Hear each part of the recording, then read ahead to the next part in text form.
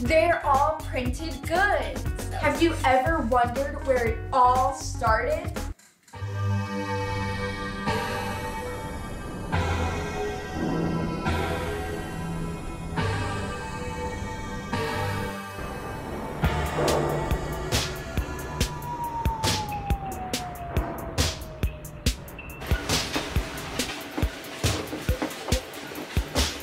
Was it invented in the 80s?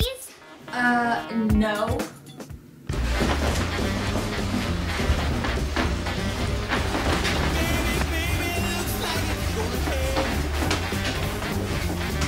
Was it invented in the 50s? Definitely not. So, when was Johannes Gutenberg's printing press invented? It was invented in 1442, which was during the Renaissance. The Renaissance era was from the 14th century to the 17th century. The Renaissance era is known as the Rebirth era, since Renaissance in French means rebirth. The Renaissance had some of the best inventions, art, and music. Even though it had all that, one thing was lacking. The peasants, or ordinary people, were not educated. Believe it or not, the majority of people would die without ever seeing a book.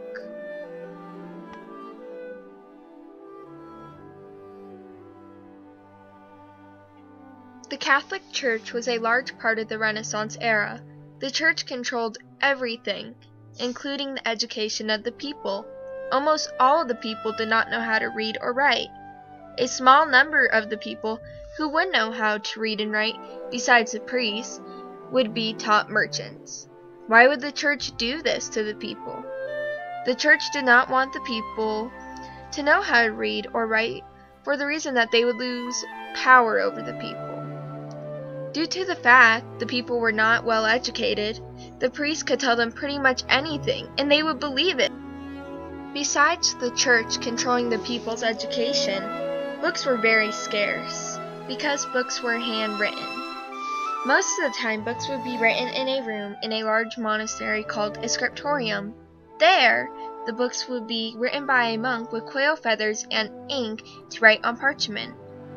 They had to be extremely careful when writing a book because if they made one mistake, they would have to start all over. Therefore, books took a long time to make. A small book would take a few months, and a large book could take several years.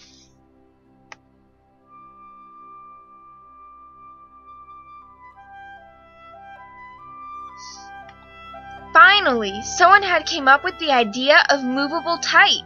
His name is Johannes Gutenberg. All we know about Johann's early life is that he was born in Mainz, Germany around 1395 and that he was the son of a goldsmith. But the rest is a mystery. As Gutenberg grew older, he began to fancy inventing things. Around 1430, Gutenberg moves to Strasbourg, Germany. There he found a ruined building. He decided that he would fix one of the rooms in the building and use it as his workshop. So that's what he did. Gutenberg did so many experiments trying to perfect his movable type. He tried using letters carved out of wood in his machine. It was unsuccessful. He tried metal letters. They were successful. In 1442, Gutenberg did it. He created a printing press with movable type.